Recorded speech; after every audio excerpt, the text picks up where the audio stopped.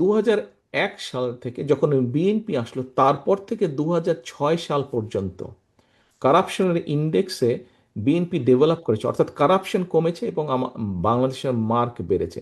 এবং 2001 সালে যখন বিএনপি নেয় তখন তাদের যেই প্রসেসে তারা কারাপশন ইন্ডেক্সটা তৈরি করতো সেই প্রসেসে 0.4 পেয়েছিল বিএনপি, এই সরি, বাংলাদেশ পেয়েছিল 0.4 সেই সময়।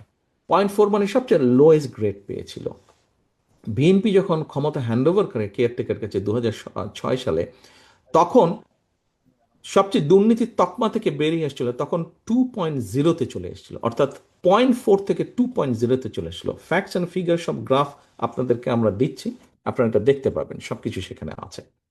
কাজেই এই কথাটা আমি এই জন্য বললাম যে আমরা মনে করি যে যেটা এসছে যে বাচ্চাদের ক্ষেত্রে আমরা মনে করি যে কারাপশনকে যদি একদম এরিডিকেট করতে নাও পারি আমরা, কিন্তু একটা জায়গায় একটা একটা এমন একটা জায়গায় নিয়ে আসতে পারি যেখানে বলতে পারবো না যে না মোটামুটিভাবে আমরা কারাপশন ফ্রি একটা কান্ট্রি। সময় লাগবে অনেক, কিন্তু এটা আমাদেরকে শুরু করতে হবে একদম প্রাইমারি লেভেল থেকে। এখন এই প্রাইমারি লেভেল থেকে যদি শুরু করতে, অর্থাৎ প্রাইমারি স্কুল থেকে শুরু করতে হবে, প্রাইমারি স্কুল থেকে যদি শুরু করতে, অবশ্যই we have to have good teachers. Normally আমাদের দেশে একটা পারসেপশন বা কনসেপ্ট বা একটা প্র্যাকটিস হচ্ছে যে নর্মালি এমএ বিএ মাস্টার্স পাশ করে যেই ছেলেটা চাকরি পাচ্ছে না সে চলে যায় প্রাইমারি স্কুলের টিচার হয়। আমরা এই জিনিসটাকে চেঞ্জ করতে চাচ্ছি, ভালো ব্রিলিয়েন্ট স্টুডেন্টটাকে আমরা প্রাইমারি স্কুলে আনতে চাচ্ছি। এখন যারা অলরেডি হয়ে গেছে তাদেরকে তো আমরা আর ফেলে দিতে পারবো না, বাদ দিতে পারবো না, তাতে আরেকটা সমস্যা বাড়বে। এদেরকে আমরা ট্রেনিং দিতে চাচ্ছি। আমরা প্রায় 3.5 লক্ষের মতন প্রাইমারি স্কুল টিচার আছে সারা দেশে। এদেরকে আমরা ওয়ান ট্যাব ওয়ান টিচার একটা পলিসির মধ্যে আনতে চাচ্ছি, অনলাইনে কানেক্ট করে তাদেরকে আমরা ট্রেনিং দিব, যেই ট্রেনিংটার মাধ্যমে তারা আস্তে আস্তে বাচ্চাদেরকে শিখাবে, সঠিকভাবে সঠিক শিক্ষাটা দিতে সক্ষম হবে তারা। যার ফলে 5 বছর না, এটার এফেক্ট আমরা অন্তত 10 বছর পরে পাবো আমরা। এই এক্সকিউজ মি, পজিটিভ রেজাল্ট আমরা 10 বছর পরে পাবো।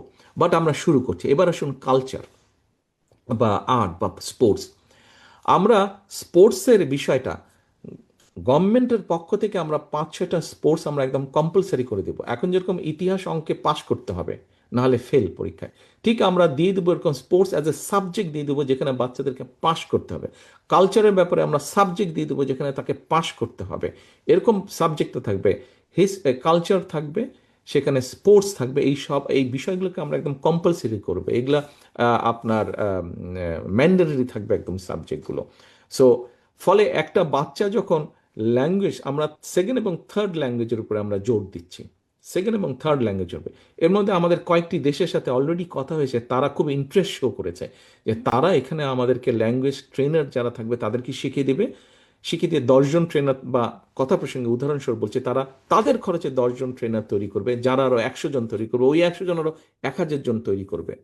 আমাদের ফ্রেঞ্চদের সাথে কথা হয়েছে, আমাদের চাইনিজদের সাথে কথা হয়েছে, ম্যান্ডারিন ল্যাঙ্গুয়েজের জন্য কথা হয়েছে, আমাদের ব্রিটেনে অলরেডি কথা হয়েছে, আমরা ইটালিয়ানদের সাথে কথা বলছি, আমরা অ্যারাবিক ল্যাঙ্গুয়েজও ইনশাল্লাহ ইন্ট্রোডিউস করবো। এই ল্যাঙ্গুয়েজগুলো যখন তারা শিখবে, সেকেন্ড থার্ড ল্যাঙ্গুয়েজ যখন শিখবে উইথ ইংলিশ অফকোর্স, এবং যখন একটা বাচ্চা স্পোর্টসে ভালো হবে, কালচার অর্থাৎ সে কোনো একটা মিউজিক ইকুইপমেন্ট বা বাজাতে পারবে, অথবা আহ, সে স্পোর্টস একটাতে ভালো হবে, সে আর্ট ভালো করতে পারবে এবং ল্যাঙ্গুয়েজ জানবে। এগুলার পাশাপাশি আমরা স্কুলে এবং স্কুলের বাইরে আমরা অনেকগুলো টেকনিক্যাল কলেজ বা টেকনিক্যাল ইনস্টিটিউশন এবং ভোকেশনাল ইনস্টিটিউশনের উপর আমরা জোর দিচ্ছি। সেই প্ল্যানিংগুলো আমরা করছি যে দেশে থাকবে। বাচ্চারা, স্কুলের বাচ্চারা যেরকম শিখবে, অ্যাট দ্য সেম টাইম গতকাল আমি বলেছিলাম, আমি সোশ্যাল মিডিয়াতে দেখছিলাম যে একজনকে জিজ্ঞেস করছে সেই মানুষটা 35 বছর যাবৎ রিক্সা চালায়। একটা মানুষ 35 বছর যাবৎ কেন রিক্সা চালাবে? তার তো আরও অন্য কোয়ালিটি থাকতে পারে, কিন্তু সেই কোয়ালিটিটা সে ফুটিয়ে তোলার সুযোগটা পাচ্ছে না। আমরা সেই সুযোগটা করতে চাইছি। আপনাদের সামনে আমি লম্বা করব না বক্তব্য, অনেকে একটু অস্থির হয়ে গেছেন, উঠতে চাইছেন মনে হচ্ছে।